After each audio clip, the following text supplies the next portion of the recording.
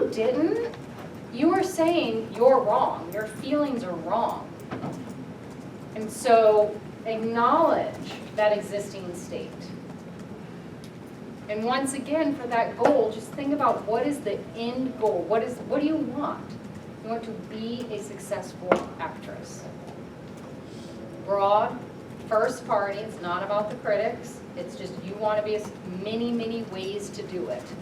It's a destination, not the journey. What questions or comments might you have before we move on?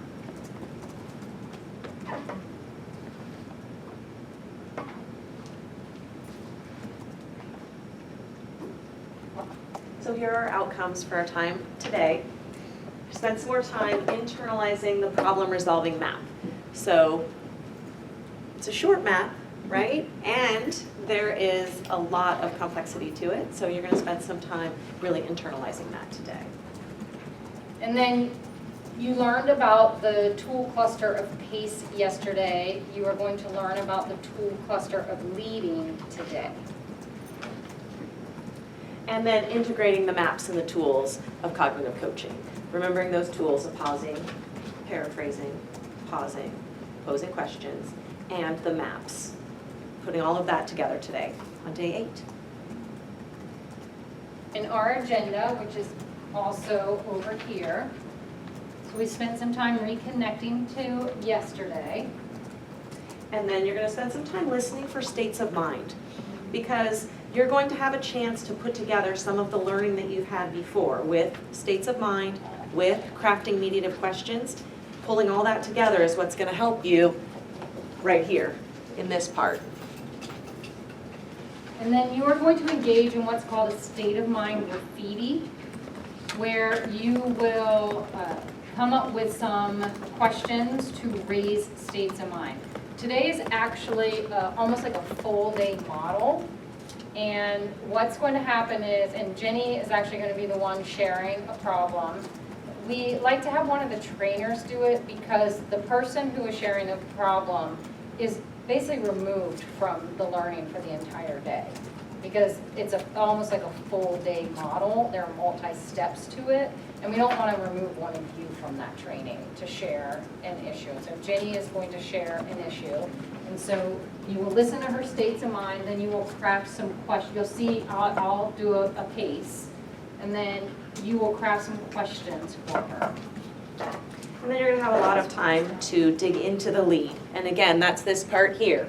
So existing state comes first. This is the second part. This is the third part right here. This is the lead, where you're posing those states of mind questions to lead them to that desired state. And then this afternoon, it'll all get put together. So then you will see, I'll do a full model with Jenny where you will see the pace and the lead together. We'll see if I need to repace her again, because I'll pace her this morning. So we'll see if I need to repace her again, but then you'll see the lead. And then you will have an opportunity to put it all together. We call it the final exam. You're not being graded. It's just putting it all together finally. It's kind of a performance-based assessment. And then closure, and then we'll wrap up and give you some options for continuing your learning. Remember, only 20% of your learning is happening here, 80% of your learning is happening out there. So we'll share some options with you to continue that learning. So knowing what you've heard so far, turn to an elbow partner. What are you most looking forward to today on day 8?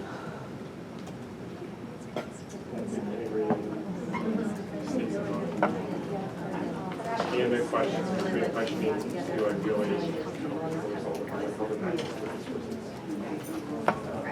especially when you're stuck. And then of course how to get tools that are used Without having to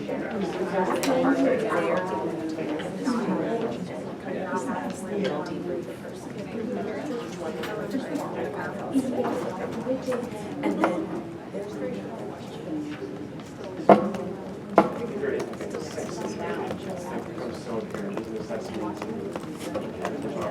your role is to facilitate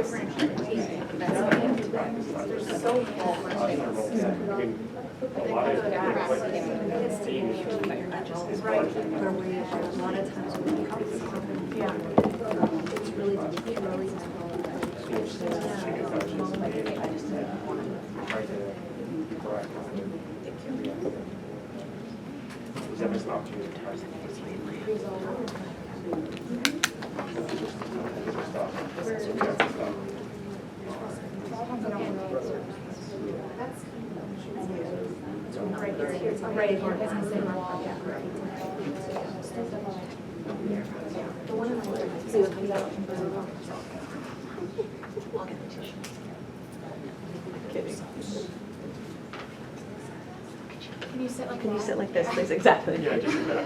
There it is, there it is.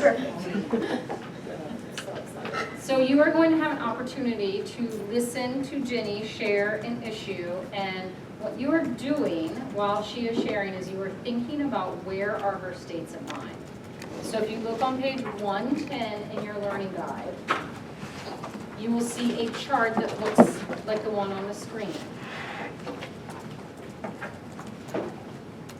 As Ginny is talking, you are assessing, are her states of mind, which state of mind is low, which one is medium, and which one is high. And all you're doing is listening, and then you're just going to kind of check off. You can check off at the end, you can just kind of listen right now for that, and then check off at the end. You are going to have an opportunity to share with your table group and debrief each one, and then we will share out as a whole group and debrief each one. For now, just sit back and listen and really think about those states of mind. So, one of the programs that I work with in my current position is dual enrollment. And I wish I had a more exciting topic to share with you guys, but this is seriously the one I keep coming back to as I am truly stuck. So I've only been in this position for like a little less than a year now, and one of the things that keeps coming up with dual enrollment is that we don't have very good communication with our higher ed partners, specifically Northern Virginia Community College. So it has been kind of tasked to me to improve the process for dual enrollment, and I feel like I'm a pretty good process-oriented person and I can control a lot of the process here, but I'm still struggling with how to improve communication. I feel like I've made a lot of efforts to like bring content supervisors together with people from Nova, to call Nova and talk to them regularly, to ask to be included on email correspondence, to try to be involved in decision making and every step of the way, and still so many things slip through the cracks or issues arise that we didn't think of before, and there is this just animosity between like what is happening at Nova and what's happening with our teachers. And I feel like there is just this major issue with communication of what's expected, what we should be doing on our end, and I am like right in the middle. And I literally feel for both sides, and I don't know what to do as a supervisor to help improve the communication. Like I know I need to do something, and I feel like I've used my skills, my strategies from cognitive coaching, from just knowing how to facilitate meetings. I've tried to like have gradual release of who's leading meetings, and it's just like I walk away from every meeting and I'm like, ugh, that was not productive. That was not what I intended. And I'm truly stuck. Like I don't know what the next step should be. I've got emails sitting there that I'm like, I don't even want to answer this. Like I'm almost afraid to make a step because it just kind of blows up in my face every time. And I know there's other people involved, but I really am trying to take the summer to think, what can I do to be a better communicator and help both sides with these issues? Like what is in my control? And I feel like I've tried what I know, and I'm gonna have to think of something outside the box now because it's just not working. So talk with your table group, where do you think she is with her states of mind?